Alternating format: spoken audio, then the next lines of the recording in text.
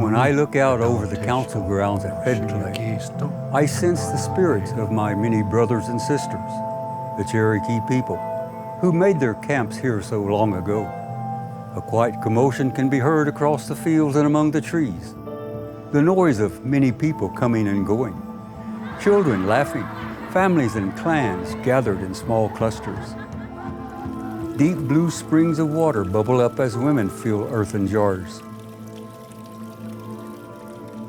The wind clips the trees, leaves shake and sway.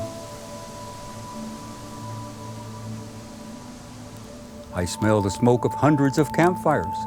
Meat is roasted. The smell of tobacco floats across the breeze. I see clusters of men. They seem to talk to the events of the day. I can still feel the anguish of the choices that had been forced upon them. The air is still full of frustration, uncertainty. So much endless talk, so many broken promises. The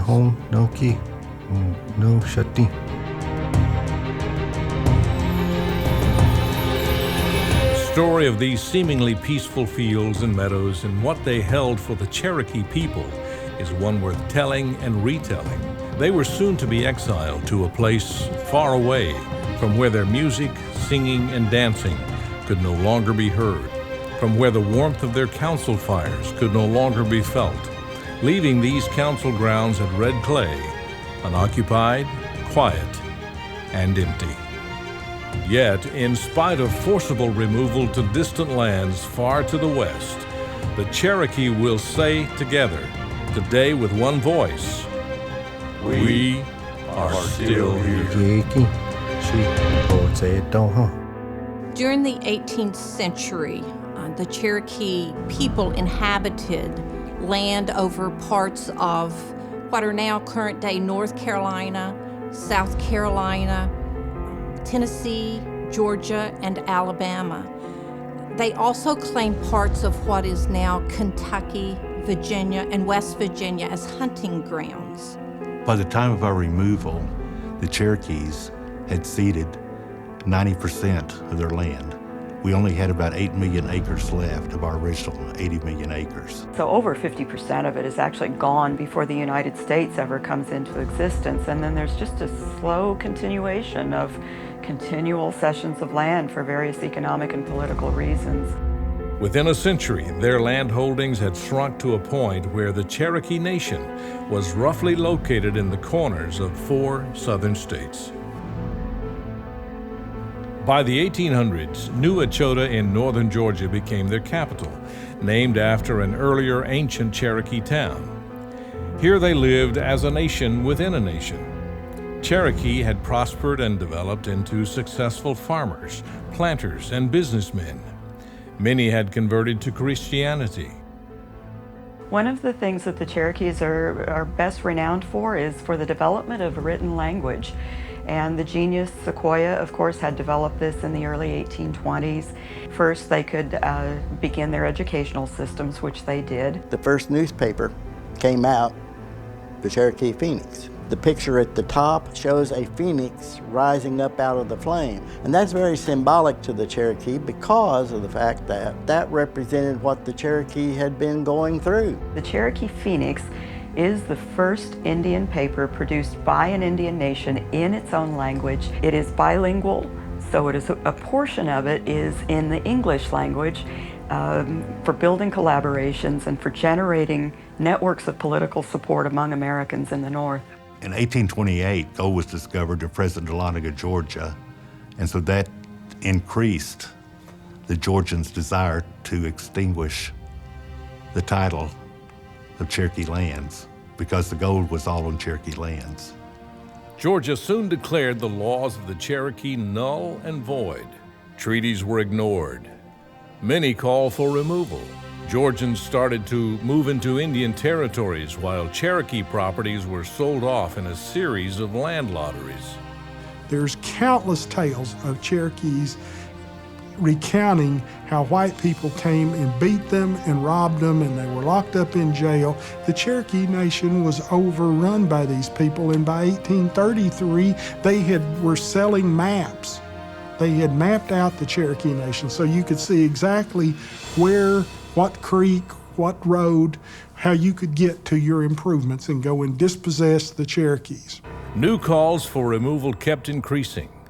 The strongest challenge came from none other than the President of the United States, Andrew Jackson. Even though he claimed to be an ally, he proved to be no friend of the Cherokee people.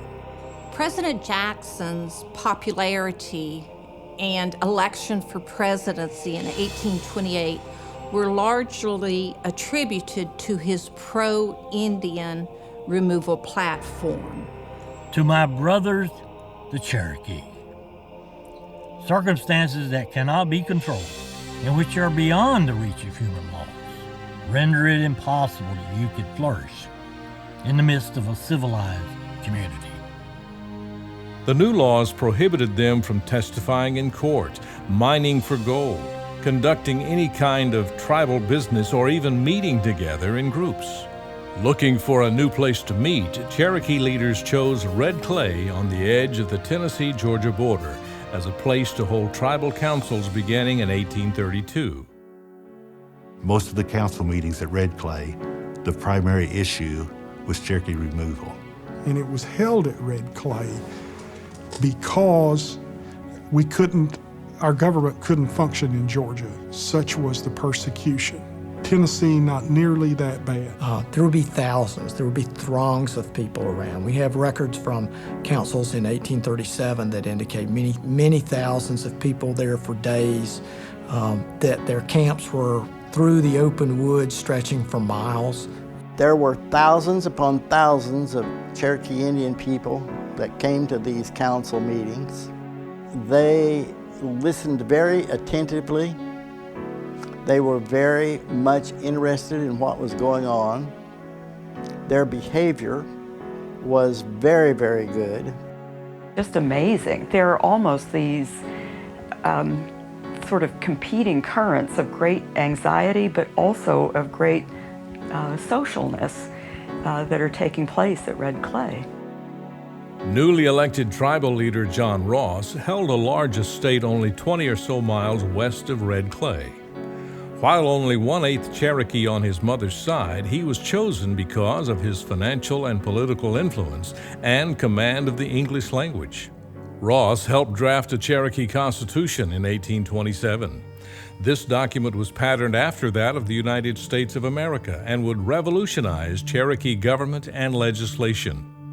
He had been selected and kept in his position by Cherokee people because they judged him the person most able to deal with the Americans. He ultimately had the support of Major Ridge thrown behind him because Ridge, in a very self-sacrificing way, thought that Ross was exactly the kind of leader that the Cherokee Nation needed for the future. So Ridge really sort of put a cap on his own career in order that Ross could move to the forefront. Early in the course of the Red Clay Councils, two distinct groups emerged. The first group was led by Ross and was known as the National Party. They made up a majority of the citizens of the Cherokee Nation. A second group had risen in the meantime, comprising only a minority of Cherokee, known as the Treaty Party. Major Ridge, his son John Ridge, John Ross's brother Andrew, and Elias Boudinot led this group. Major Ridge had grown up during the time of the frontier wars with the Americans. He'd been active in that. He was an old warrior. He was a respected headman. The respect that he was given was given to him as a Cherokee leader. Vague outlines begin to take shape in the late evening light. Two distinct groups silently file into the great council house at Red Clay. Once again, they come to debate the two great questions.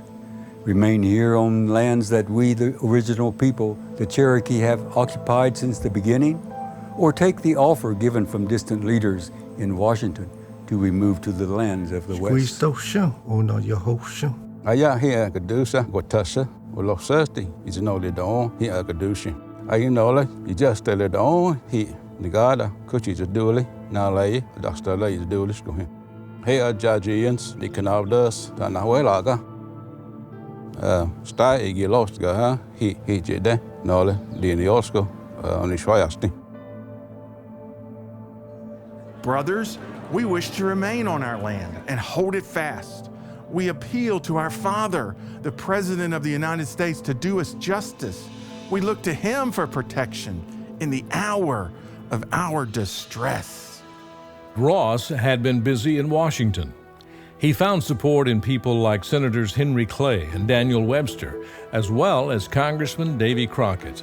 The Supreme Court sided with the Cherokee Nation in the landmark Worcester versus Georgia ruling. This legislation served as a foundation of the principle of tribal sovereignty.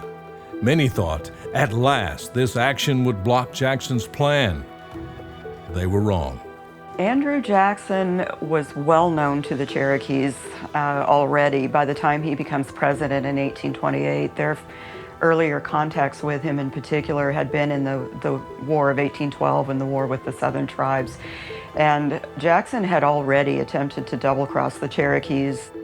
The Supreme Court rulings that went in favor of the Cherokees, they saw as the federal government stepping in. The next measure that should be taken is that the U.S. should enforce its prior treaties. And Jackson refused to do that. You have but one remedy within your reach, and that is to remove to the west and join your countrymen who are already established there. And the sooner you do this, the sooner you will commence your career of improvement and prosperity. And let the Supreme Court enforce their law. Then he declared there would be a council meeting at New Eshota in December of 1835, and that if anyone did not attend, they were considered to be in favor of the treaty. Soon after, in December, some 500 Cherokee traveled to Georgia to meet with government agents sent by President Jackson. They were to reconsider the terms of a new treaty that had been submitted. Ironically, Ross was in Washington, D.C. at the time to try to negotiate directly with the president. Back in New Echota, Major Ridge felt compelled to sign.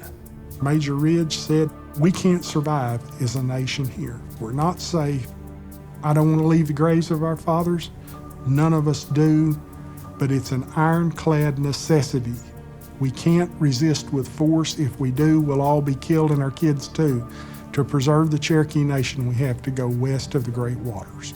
When Major Ridge signed the Treaty of New Echota, he was reported to have said that he was signing his own death warrant, which he did. Nay, here's no Jawasha, Canoheda, only Lawson, Eddie Stadigo, Digi Stada, yes, no, Oyo, Edadois, we all niggas Stanelli, would they go with the logo? He didn't just the on a state of the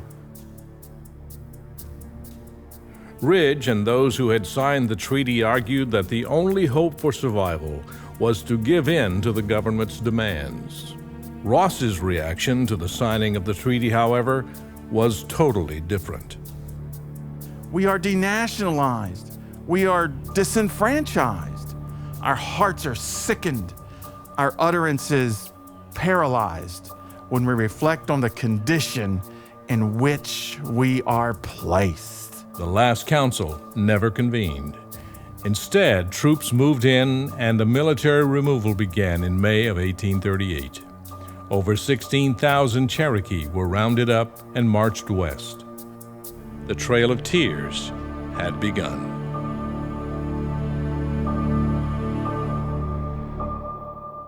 Asheno Taline, Oza Negation, Ogidonto, Gunu. The meadows and the fields are as green as ever at the council grounds at Red Clay. Trees sway in the breeze. Birds are singing. The blue spring still flows. The fires of that last council meeting still burn as an eternal memorial to the events that took place here almost 200 years ago. Over the course of those 6 long years, and after 11 spirited council meetings, my people were removed to the territories of the West. We suffered the pain of a forced journey. We mourned those who died along the way. But we endured. We rebuilt. We kept the spirit of the 7 clans alive in the hearts of our children and our grandchildren. My people, the original people, the Cherokee, resisted, persisted, persevered. We are still here. Yeki, she, Oza Doha.